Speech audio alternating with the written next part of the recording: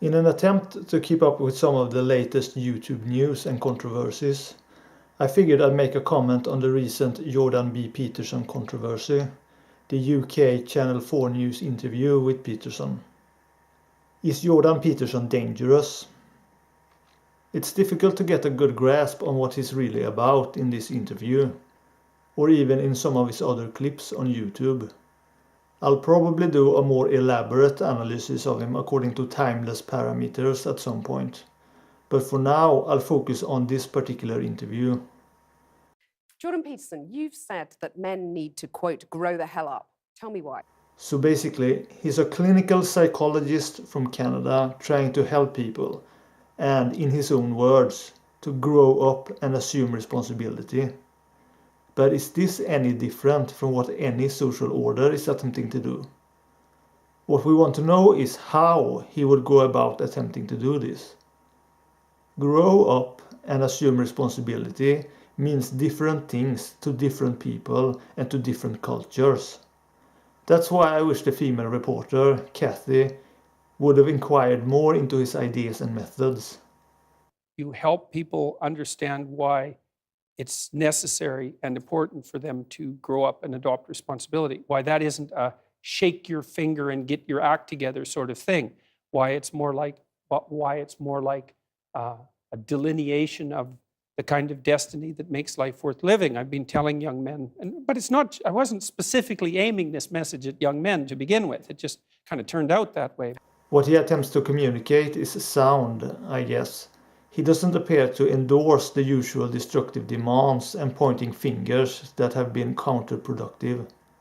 A delineation, which I assume is an increase in awareness of the kind of destiny that makes life worth living, sounds, at least on the surface, similar to what I'm promoting myself with timeless education. But the question remains what kind of destiny he's talking about, and if he's correct about it making life more worth living. They have something to offer, that people have within them this capacity to set the world straight, and that's necessary to manifest in the world, and that also doing so is where you find the meaning that sustains you in life. So what's gone wrong then?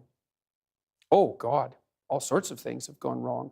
I don't think that young men hear words of encouragement. Encouragement is fine, but we also need understanding and self-knowledge. But these are often related, so I'll give him the benefit of the doubt. Women deeply want men who are competent. He should elaborate on what he means by competent. It has been my experience that people are far more incompetent than people realize.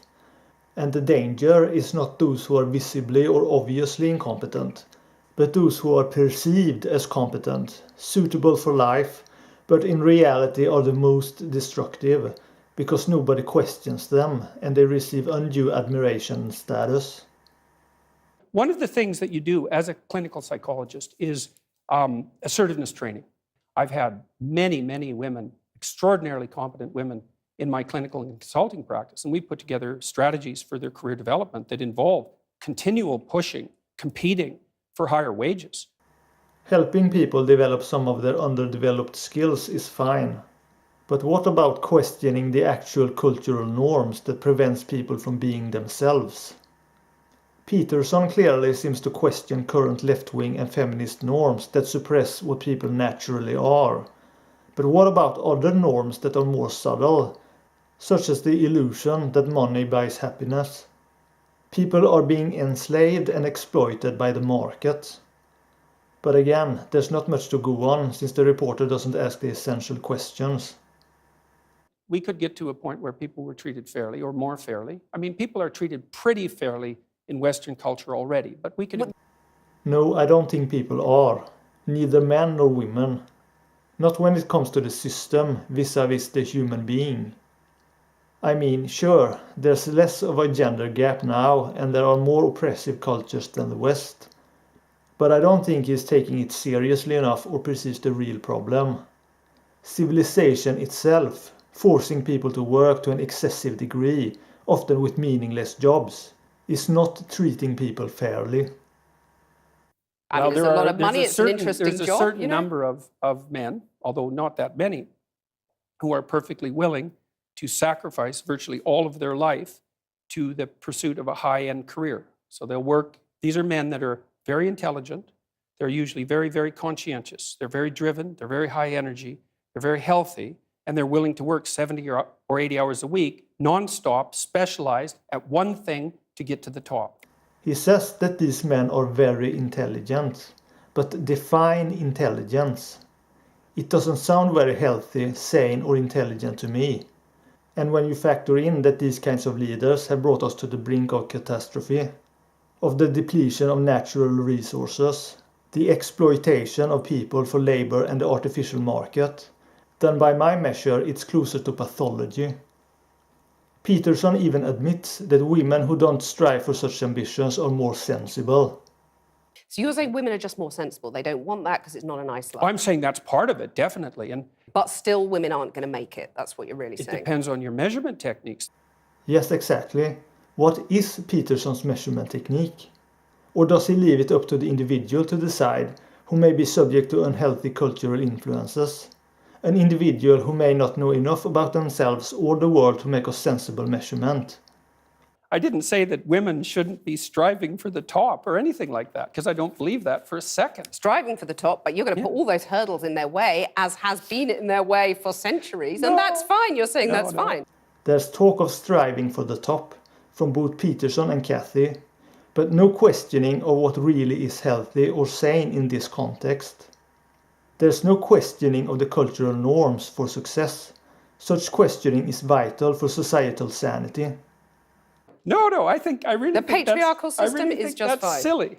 Cathy seems to be critical of what's called the patriarchal system, but she's actually not questioning the patriarchal standard.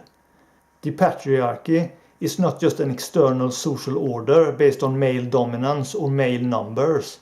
It is also an internal endorsement and unquestioned acceptance of certain cultural ideals and values. In essence, patriarchy is concerned with ideals, and that includes ideals such as career status, an ideal many feminists are still infected with. Basically, Cathy has, like so many others, fallen into the patriarchal trap. We need to question our very civilization itself. But you talk about men fighting. I mean, let me just put another thing to you from the book. Why You're saying wouldn't you have to battle for a high-quality position? Why would you have to battle for a high-quality position? This is a very odd question, and he's laughing. I can see why it might have provoked some hostility. It comes across like he's lacking in sympathy with how some people struggle in the workplace. But we never get to hear more of his thought process here, so it's hard to judge. If you're going to be successful, you need to be smart, conscientious, and tough. Well, here's a radical idea. Why don't the bosses adopt the male bosses, shall we say, adopt some female traits so that women don't have to fight and get their sharp elbows out for the pay rises? This is a good inquiry, but it needs to be supported by a proper questioning of the entire system or patriarchal standard. The market sets the damn game. Here it sounds like he does find the system we live in somewhat regrettable. The word damn is hardly an endorsement. But there's still little evidence that he has liberated himself from cultural hypnosis. His defense of the freedom of expression is healthy though, so that's encouraging. The market is dominated by women. They make 80% of the consumer decisions. Okay, so The what market is driven by women, not men. Yes, but how much of that is actually due to female nature, and how much is due to cultural hypnosis? Did women come up with the actual market system? Is it not desirable to have some of those female traits you're talking about? I'd say that's a generalization, but you've used the words female traits. Is it not desirable to have some of them at the top of business? I mean, maybe there wouldn't have been a banking crisis. They don't predict success in the workplace. And that's why we need to define and question what we label as success. And the reason that I write about lobsters is because there's this idea that hierarchical structures are a sociological construct of the Western patriarchy. And that is so untrue that it's almost unbelievable. And I use the lobster as an example because the lobster, we divulged from lobsters in evolutionary history about 350 million years ago, common ancestor. And lobsters exist in hierarchies, and they have a nervous system attuned to the hierarchy. And that nervous system runs on serotonin, just like our nervous systems do. And the nervous system of the lobster and of the human being is so similar that antidepressants work on lobsters. And it's part of my attempt to demonstrate that the idea of hierarchy has absolutely nothing to do with sociocultural construction, which it doesn't. Let me just get this straight. You're saying that we should organise our societies along the lines of the lobsters. I'm saying that it's inevitable that there will be continuity in the way that animals and human beings organize their structures. It's absolutely inevitable. You have a mechanism in your brain that runs on serotonin that's similar to the lobster mechanism that tracks your status. And the higher your status, the better your emotions are regulated. So as your serotonin levels increase, you feel more positive emotion and less negative emotion. So you're saying, like the lobsters, we're hardwired as men and women to do certain things, to sort of run along tram lines, and there's nothing we can do about it? No, I'm not saying there's nothing we can do about it. But one thing we can't do is say that hierarchical organization is a consequence of the capitalist patriarchy. It's like, that's patently absurd. This is really mediocre reasoning. Since there are many different types of hierarchies that appear different in different cultures, we can definitely say that there is a sociocultural component or construction to hierarchies. He doesn't appear to acknowledge the many counter mechanisms in higher life forms that has evolved and been added since we were lobsters. In another video he says that for humans it's hierarchies of competence rather than dominance. I would say that it's hierarchies of imagined competence or status. The main point is that what we believe exemplifies status will form a person's well-being if realized. So in the end, what a person actually does means little. It's what he understands and believes, and what standard society sets for success, that means the most to well-being.